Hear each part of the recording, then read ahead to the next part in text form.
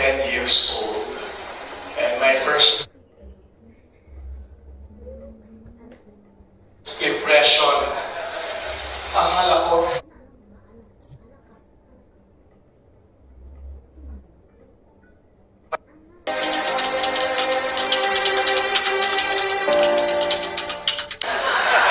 gusto niya tumawag ako ng bumbero. Nervous po ako.